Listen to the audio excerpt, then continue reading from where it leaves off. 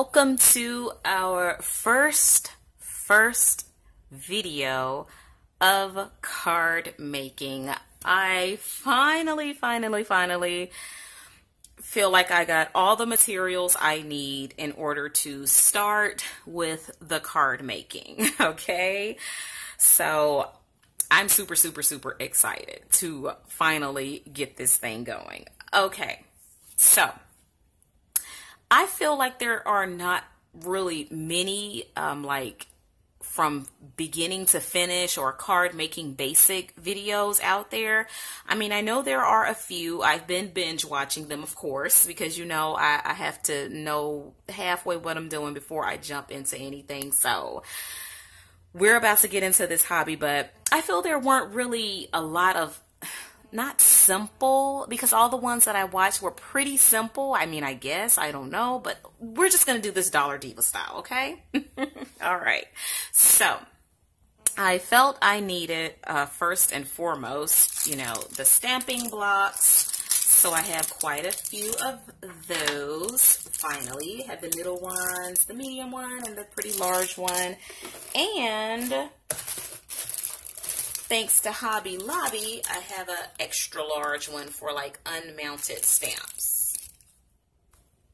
So we have all of those to get us going. And of course we have our clear stamps.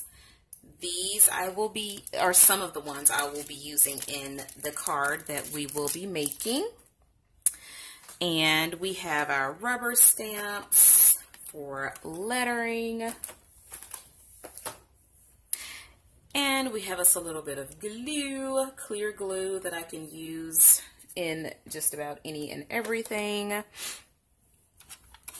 We have the tape runner. Now, this was a good find. I got this from Walmart, and they are running about $1.94. Now, back in the day when I saw the one review for this has went down in price like a whole lot, because it was initially like $3.50 or $3.23 or something back in the day, I guess, when it first came out. But now it has went down, so yay for me.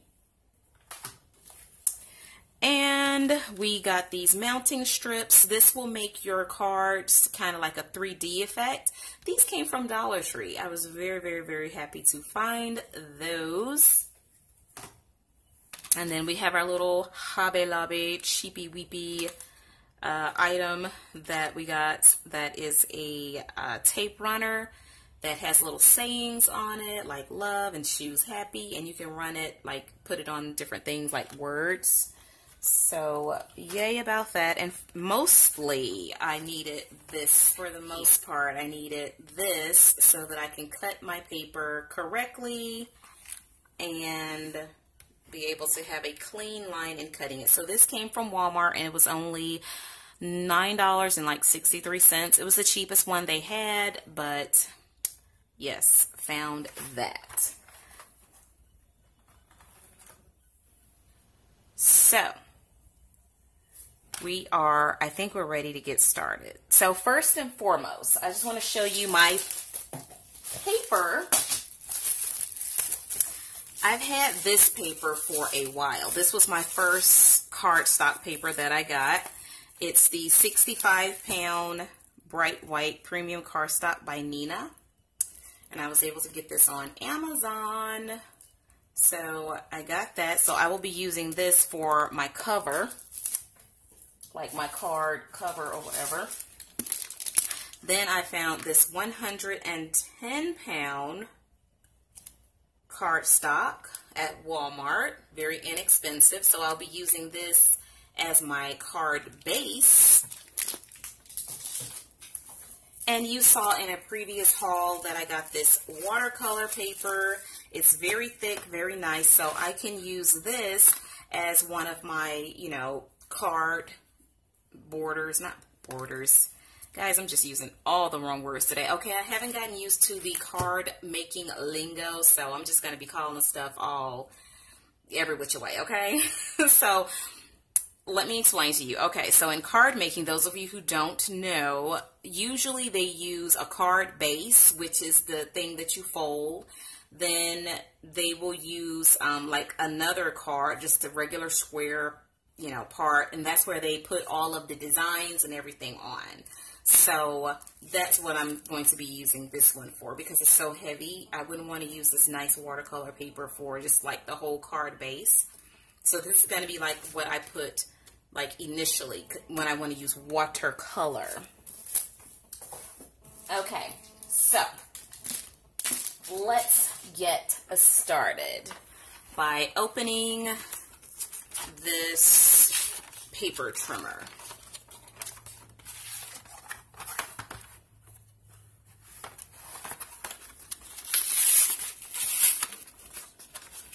Okay, guys, I'm going to get it open. I'm going to do it. I can do it.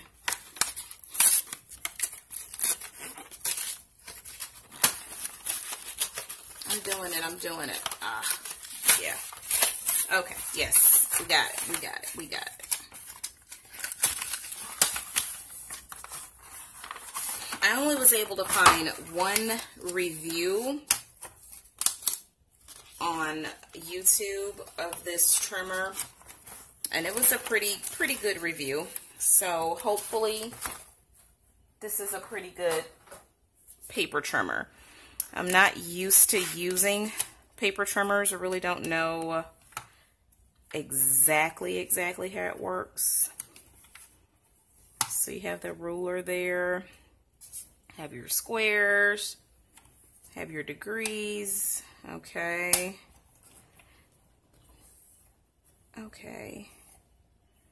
And I'm not sure if you use just one of the blades when you're cutting the paper, or do you use them both?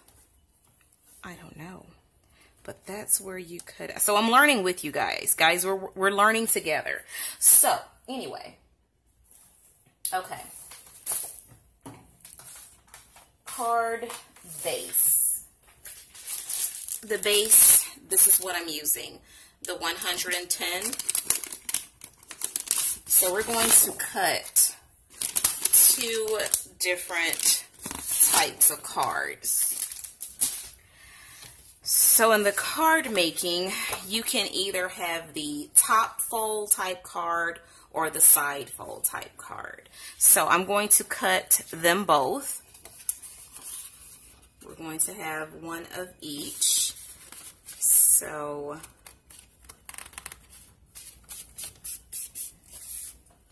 I'm going to try to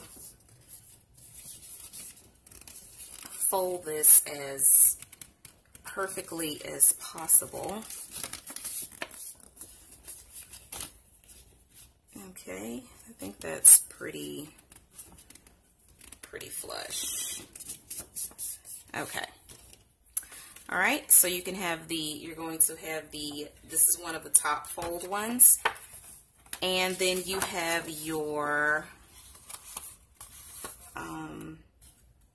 side fold one.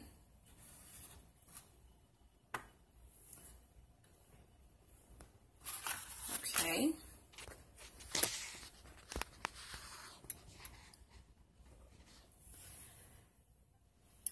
Okay, so we have our card bases cut and pretty much ready to go. So here's the top folding base.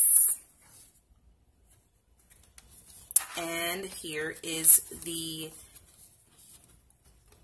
I guess this can be a top folding base, or this can be the sideways one. Okay, so we have those ready to go. Have both of those.